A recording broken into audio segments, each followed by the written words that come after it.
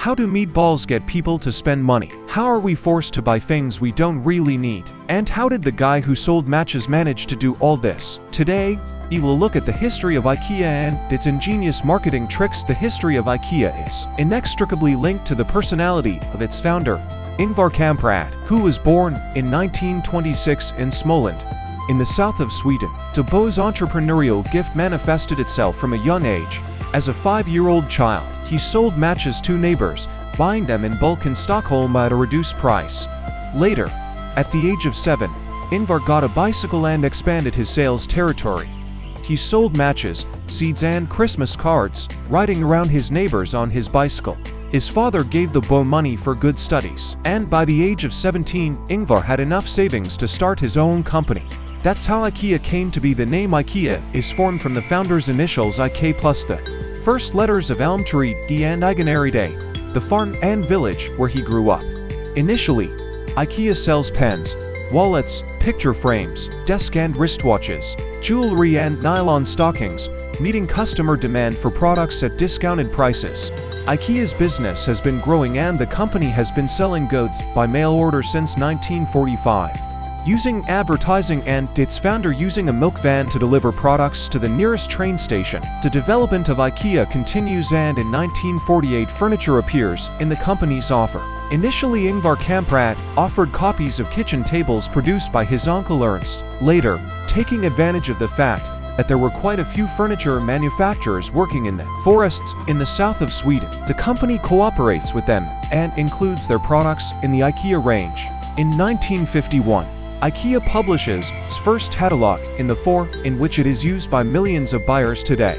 By the way, the circulation of the Ikea catalog exceeded the circulation of the Bible.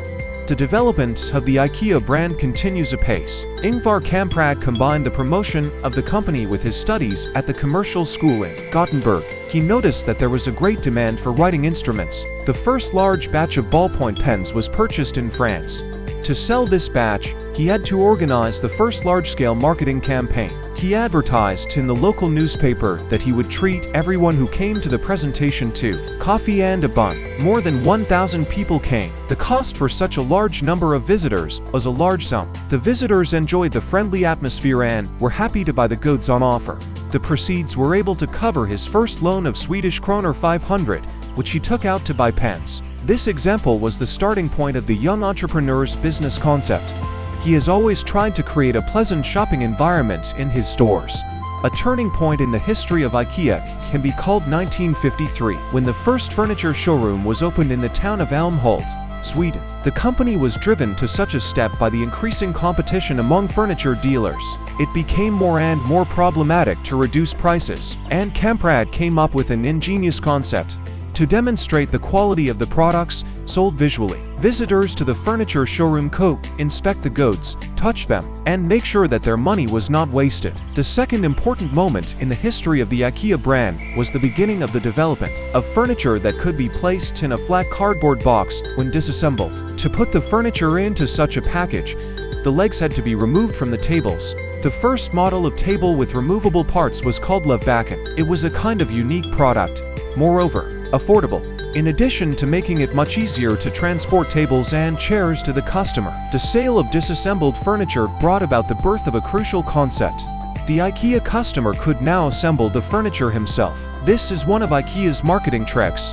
What we have created ourselves, what we have put effort and time into, we automatically like better. Why was creator Ingvar Kamprad's idea unique? Ingvar caught the basic need of his time. At the time of the company's opening, many countries in Europe were involved in the Second World War. Sweden remained relatively calm in this respect. However, in the whole world furniture production was at a rather low level, and the economies of European countries were based on the production of basic necessities. The main economic and labor resources were thrown to meet the needs of the front and military industry. Furniture and other household items were still available only to the wealthy strata of the population. Ingvar believed that furniture should be available to everyone. In order to reduce the cost of goods, Ingvar was constantly looking for ways to reduce the company's costs. The solution with delivery and assembly, or rather the absence of them, helped considerably. The possibility of autonomous assembly of furniture by the buyer himself eliminated the need for delivery. These 2 points have already significantly reduced the cost of products, and to make the assembly process feasible for everyone, the company had to invent a universal key for assembly. Hardly any other brand can boast.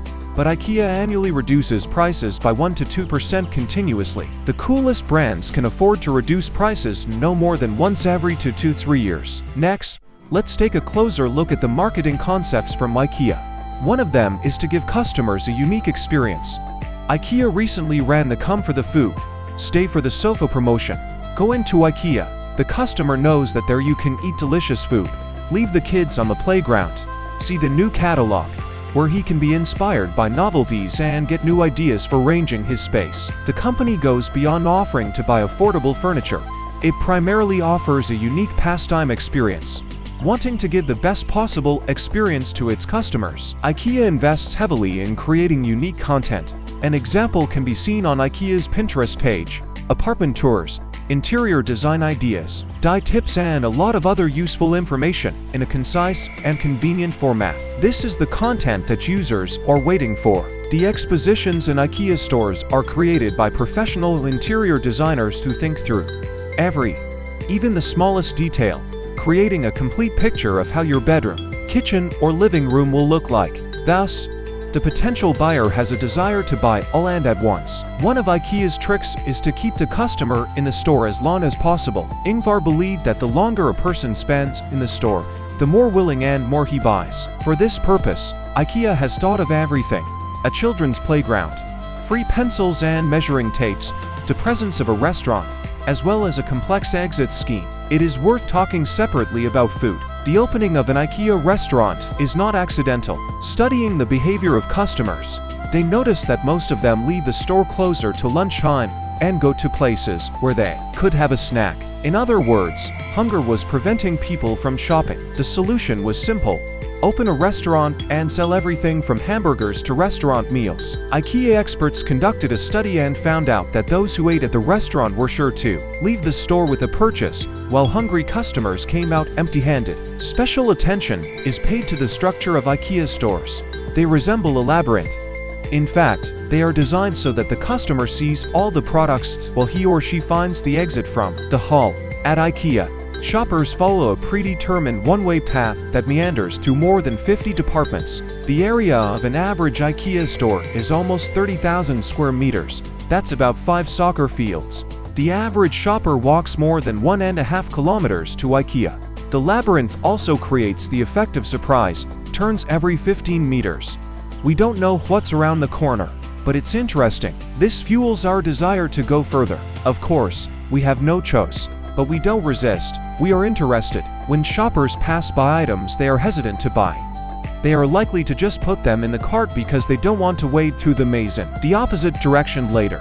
Breaking Ikea traffic rules and going against the flow, going around and tripping over other people.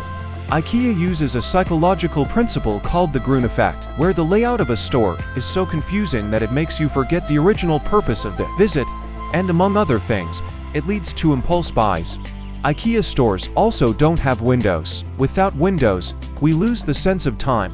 It was invented in the casino, so we can wander around the maze of the store for hours and not even notice that it's dark outside. Many furniture stores allow you to lounge on beds, but at Ikea it's completely official that you're allowed to sleep on them. In 2015, there was even a story when journalists suspected that Ikea had changed this policy in China. Too many people like to rest there on new beds and under the air conditioning, but Ikea denied this, saying that it only suppresses attempts of rude behavior and disrespectful attitude to other visitors, and no one is prevented from sleeping quietly after all. Ikea stores are usually located outside the city because of their space and the cost of rent, purchase, and we as shoppers start to be influenced by the effect of sunk costs. If we spend time, money to get to Ikea, we don't want to leave without buying.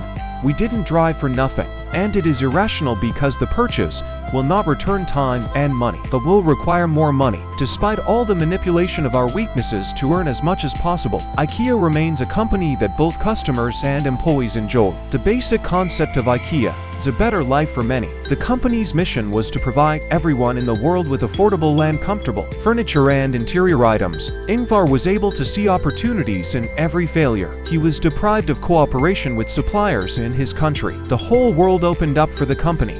Such decisions have accompanied the company at every stage of its development. You can talk for a long time about Ikea's skillful marketing, but at the end of the day, it's better to get to the store yourself, taste the delicious meatballs, take a nap on the bed, and buy what your soul desires.